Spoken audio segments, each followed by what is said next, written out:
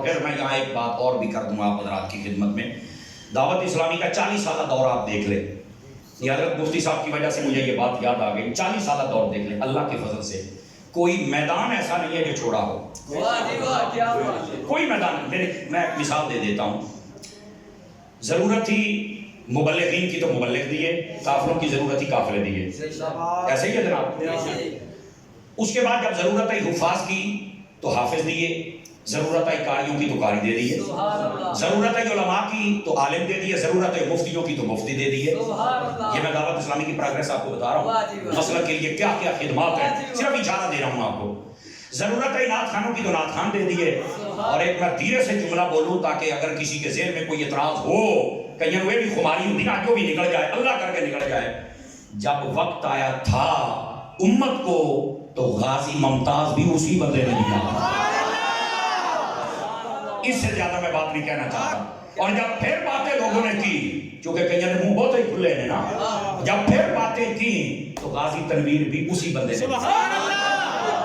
سمجھ آ رہی ہے جناب؟ لیکن پھر کئی آنکھیں بند کر کے پھرتے ہیں, احمد تمہاری آنکھیں کیسے کھولوں یار, اتنا کچھ ہی ہوتا ہے.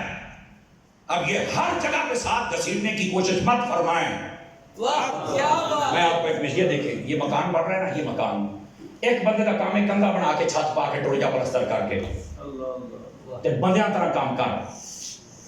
دوسرے کا کام ہے آ کے وائرنگ کرنی, بندے کا بچہ بن کے وائرنگ کر, صحیح کر. تیسرے کا کام ہے رنگ کرنا, انسان کا بچہ بن کے رنگ کر. اب جو میں بات سمجھانے لگا ہوں اس کاش کے سمجھ آ جائے سب مسئلے حل, بک بکیا ختم. یہ ہے کئیوں کو خماری جنہوں نے پلے تک نہیں ہوتا, وہ ہمارے بزرگوں کو باتیں کرتے ہیں. کوئی امام نورانی کے خلاف باتیں کرتا ہے, کوئی بابا خادم رضوی کے خلاف باتیں کرتا ہے, کوئی ریاض قادری کے خلاف. ہر ڈھک کو اپنی زبان کر کے رکھ دیا کہ تیری زبان بندے کا پتر بن. ہمارے بزرگوں کی خدمت کو کنویں میں مت ڈالو. دیکھو اگر مکان بنانے والا کہے کتنے نے دوئے رنگ والے آؤ تسی تو غدار ہو گیا تو ساڑھ نہ رلو, انہاں کھنا پایا نے تیرا کام ہی نہیں ہے, جیڑا تیرا تو وہ کر دے تو انہاں دا ہے وہ کر لین گے. میدان اپنا اپنا ہے نا. اسی طرح دین کا جب کام کرنا, ایک میدان ہوتا ہے تبلیغ کا. تبلیغ آنا چاہیے, تبلیغ پوری کرو. ہوں تسی دوئے نہ سدو, کتے ہو کر آپ نے توجہ نہیں فرمائی نا, اپنا کام کر بس ختم. دوسرے کا کام ہے میدان عمل میں نکلنا. اگر اللہ نے یہ موقع دیا تو میدان عمل میں نکل, باقیوں پر غداری کے فتوے نہ لگا. آپ کا کام کیا آپ یہ, اور تیسروں کا کام ہے بیٹھ کے پڑھائیں. پڑھانے والا تم پڑھاؤ. تم یہ نہیں کہہ سکتے کہ کدھر جو ہر بار تسی تبلیغ کر نکلے ہو تے چکلے جو فضانے سنت تو دوڑ پہ دے ہو تے تسی نگاہ پہ دے ہو بابے خادم دے نال. نہ تے بابے والے نال تکلیف ہونی چاہیے, لیاز قادری نال ہونی چاہیے. تو بیٹھ کے پڑھا. آپ نے توجہ نہیں فرمائی میرے جو. اگر یہ مسئلہ سمجھ آ جائے, میدان اپنے اپنے ہیں, ان میدانوں کو سنبھالو. میدان اپنے اپنے ہیں, تبلیغ کا ہے تبلیغ کرو, دویاں نو غدار نہ کہے. میدان عمل میں کھڑے ہو, اکھا چک پا کے گل کر دے پہ کرو, دویاں نو غدار نہ کہو. اگر پڑھا رہے ہو پڑھاؤ, جڑے باہر کھلوتے ہیں غدار نہ کہو. کام اپنا ہے, کوئی بلڈنگ بنا رہا ہے, کوئی وائرنگ کر رہا ہے, کوئی رنگ کر رہا ہے. سبحان اللہ. توجہ نہیں فرمائی آپ بلے اینی گل ہے, سمجھ آ جائے تو سارے مسئلے حل ہو جان گے.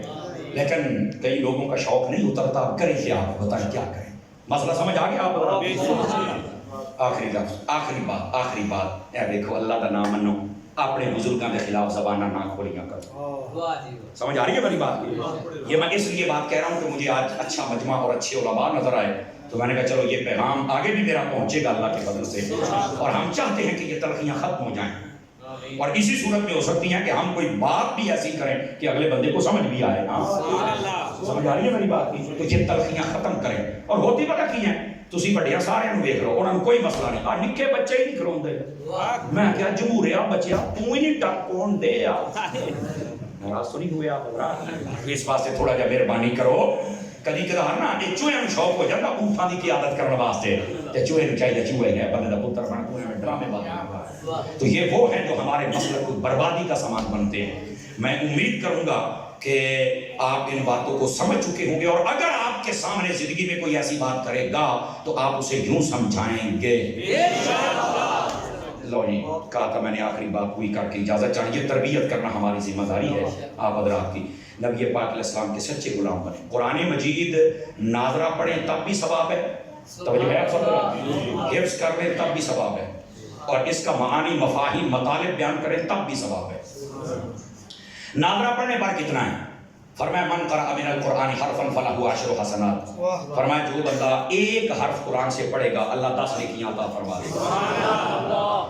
جب بندہ حفظ کرتا ہے تو فرمایا من قرأ القرآن وحافظہ وعمل بما فیہ واحل حلالہ وحرم حرامہ البس والداہ تاجا یوم القیامت ضوءہ احسن من ضوء الشمس. سمجھ آ رہی ہے میری بات کی؟ تو فرمایا کہ جو بندہ قرآن پڑھے اور اس کو حفظ کرے, اس کے حلال کو حلال سمجھے, حرام کو حرام سمجھے, یعنی حافظ رہے, اللہ حافظ نہ ہو گئے, تو فرمایا اللہ تعالیٰ قیامت والے دن اس کے والدین کو ایک ایسا تاج پہنائے گا سورج کی روشنی بھی اس کے سامنے کم نظر آئے گا, ایسا تاج اللہ عطا فرمائے گا. سمجھ آ رہی ہے؟ حفظ کرنے کا یہ فائدہ ہے. تو میں نے ایک چھوٹی سی بات کہہ دیتا ہوں اور چیک کرتا ہوں آپ کو کتنی سمجھ آتی ہے. جس کا بچہ حفظ کر جائے اگر اس کے ماں باپ کو یہ رتبہ ملے گا تو جن کے بچے پر نازل ہوا تھا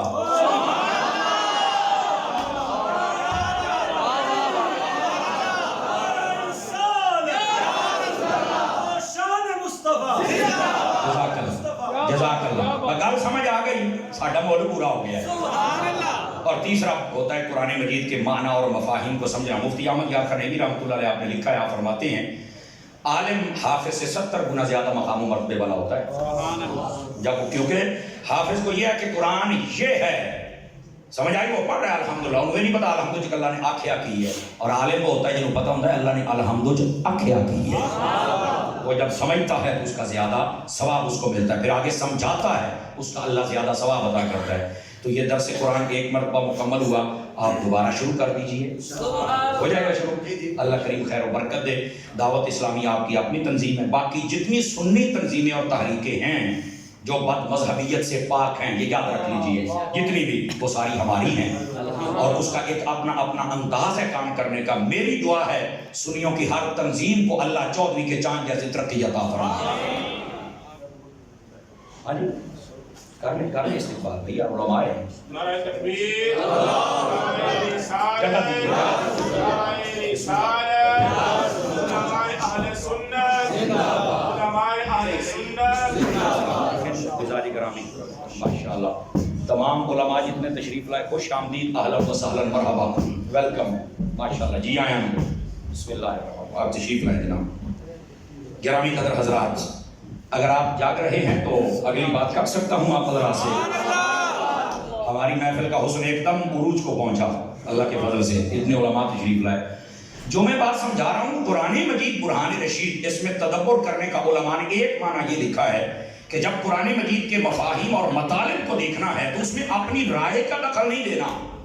اس میں جو 1400 سالہ علم کی ہسٹری ہے اس کو دیکھنا پڑے گا کہ ائمہ علماء جتنے صلحاء, فصحاء, بلغاء, ائمہ تفسیر, مجتہدین اور متکلمین, انہوں نے یہاں پر کیا رائے دی ہے, اس کے بغیر تم اپنی رائے نہیں دے سکتے ہو. اور میں نے اس کی مثال دی ہے. لوگ پڑھتے ہیں قل انما انا بشر, پوتھے دوڑ پہ لے, اللہ نے کہا ہے بشر کو ہم کہہ لے تو کیا ہوا ہے. میں نے کہا میں ویسے آپ کو ہسٹری بتا دیتا ہوں, یہ قرآن مجید میں تدبر کی بات ہے. آپ پڑھ کر دیکھ لیں نبی کو محض بشر یا شیطان نے کہا ہے یا کافر نے کہا ہے. جاؤ پڑھ لو, میں تمہیں چیلنج کرتا ہوں, دیکھو یا شیطان نے کہا ہے بشر یا کافر نے کہا ہے.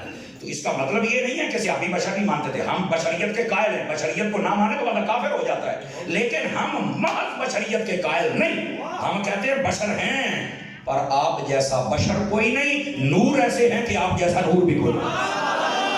اس بات کے قائل جو ہے کہ کوئی نہیں, آپ بشر ہیں پر بشر محض نہیں ہیں, آپ نوری بشر ہیں. جملے کو سمجھنے کی کوشش فرمائیں آپ حضرات. بلکہ اسی آیت کو اگر دیکھ لیا جائے عقل سلیم ہو تو مسئلہ حل ہوتا ہے, اور وہ کیا ہے, فرمایا کہ میں بشر ہوں, ایسے رولا نہ پا, اگلی آیت پوری بھی پڑھ, اور پوری آیت پڑھے تو مسئلہ حل ہے.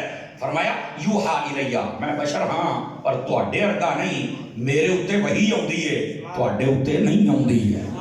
جزاک اللہ. یہی تو فرق ہے, آگے بتاؤ گے تو فرق نکلے گا, نہ لفظ کو لے کے بھاگ نکلے.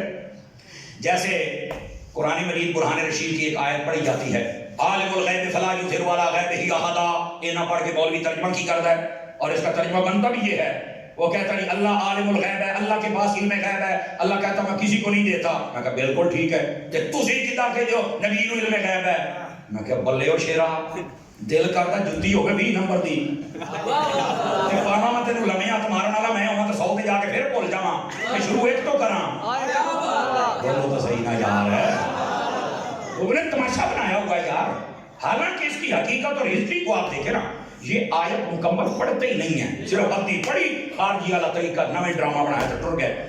جبکہ عالم الغیب فلا یظہر علی غیبہ احدا، میں چیلنج سے کہتا ہے اس کو پورا پڑھ کے دکھائے. آگے اللہ فرماتا ہے الا من ارتضی من رسول. ہن ترجمہ سنیا جے، اے یہ ترجمہ ہن سنی تو میں دیکھنا کنے کو پٹڑی تو لاتا ہے. فرمایا اللہ کے پاس علم غیب ہے، اللہ کسی کو نہیں دیتا، مگر جب رسولوں میں سے کسی پر راضی ہو جائے تو دے دیتا ہے. اعلیٰ حضرت فرماتے ہیں بتا پھر سب رسولوں میں سب سے زیادہ راضی ہوا کس پر ہے؟ کس پہ راضی ہوا ہے؟ تو کہا وہ تو حضور کی ذات ہے. تو فرمایا بتانا پڑے گا پھر سب سے زیادہ علم غیب بھی مصطفیٰ کے پاس. بات سمجھ آئی آپ حضرات کو کہ کوئی نہیں آئی ہے؟ قرآن مجید پڑھیں لیکن آدھی آیت پڑھ کے تو نہ بھاگیں. افلا یتدبرون القرآن افلا تعقلون. کوئی غور نہیں کرتے ہو تو انہوں عقل کوئی نہیں. کیا خوبصورت کلام ہے یار قرآن مجید کا. میں یہی کہتا ہوں پوری پڑھیں اور علماء سے سمجھیں کہ یہاں اس کا معنی اور مطلب اور مفہوم کیا بن رہا ہے. آپ مسلم شریف اٹھائیں، اس کے اندر یہ روایت موجود ہے. یہ آج کا فتنہ نہیں ہے، فتنہ بہت پرانا ہے.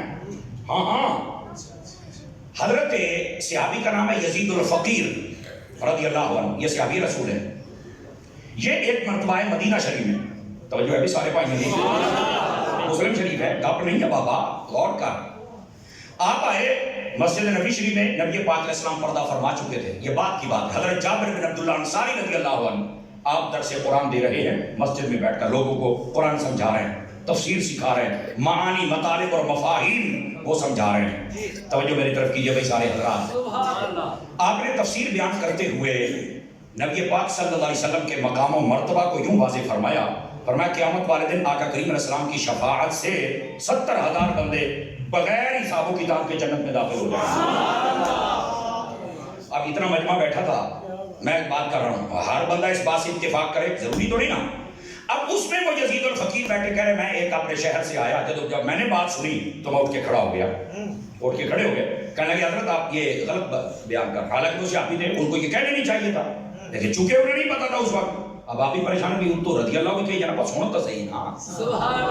اب جب اٹھ کے کھڑے ہوئے تو انہوں نے کہا جناب آپ یہ کیسے کہہ رہے ہیں کہ بلا حساب بندے جنت میں جائیں گے؟ اللہ نے تو قرآن میں فرمایا وَإِن مِّنكُمْ إِلَّا وَارِدُهَا كَانَ عَلَىٰ رَبِّكَ حَتْمًا مَّقْضِيًّا. اللہ نے یہ فیصلہ کر دیا کہ ہر بندے نو اتھوں لنگنا پینا ہے، حساب دینا پینا ہے، پھر اگے جانا پینا ہے. تو جو ہے کہ کوئی نہیں ہے، یہ اللہ کا حتماً مقضیہ حتمی فیصلہ ہے. تو آپ کیسے کہہ رہے ہیں کہ جناب یہ آپ نے جب یہ بات سنی نا، دیکھو آپ بھی قرآن پڑھ کے دلیل دے رہے تھے، انہیں بھی اگے قرآن ہی پڑھیا ہے. ہوں دس مسئلہ کیوں سمجھاؤ؟ اے ہوں مسئلہ اتھوں آ کے کام خراب ہوں.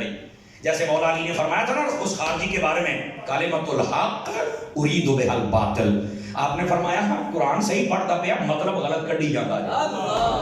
قرآن صحیح پڑھتے ہیں، مطلب غلط بیان کرتے ہیں.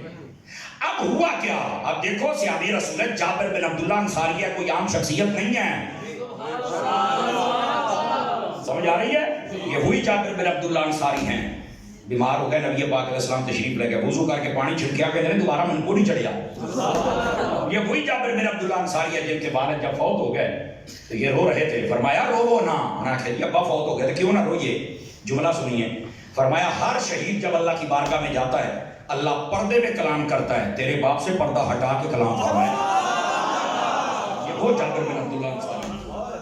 سمجھ آ رہی ہے؟ حضرت عبداللہ کے بیٹے حضرت جابر جن کی میں بات سنا رہا ہوں. توجہ ہے نا؟ پتر موبائل کے چکرا چ نکلے گا کسی نے جیب چھپایا میرا بچہ، جیب چھپا تھوڑے ورگے میں بڑی لوڑے سونے ہو او بانڈی بھی اس کو لے لیا جائے. ادھر دیکھیں گے میری طرف آپ حضرات، ادھر دیکھیں تاکہ میں آپ کو بات سمجھاؤں. میرے عزیز میرے بھائی، اب ہوا کیا؟ بات بڑی انٹرسٹنگ ہے. وہ کھڑا ہو گیا، اس نے قرآن کی آیت پڑھ دی وَإِن مِّنكُمْ إِلَّا وَارِدُهَا كَانَ عَلَىٰ رَبِّكَ حَتْمًا مَّقْضِيًّا. یعنی قرآن دے وچ ہے کہ جناب یہاں یہ فیصلہ تو حتمی، ہر بندے کو سوال و جواب دینا پڑے گا. میں شاہ صاحب ان جگہ ہے، ویلکم، اہلا وسہلا، مرحبا، خوش آمدید. اصل میں کلاس میں بیٹھنے والا بندہ ہوں، مجھے تقریر بھول جاتی ہے.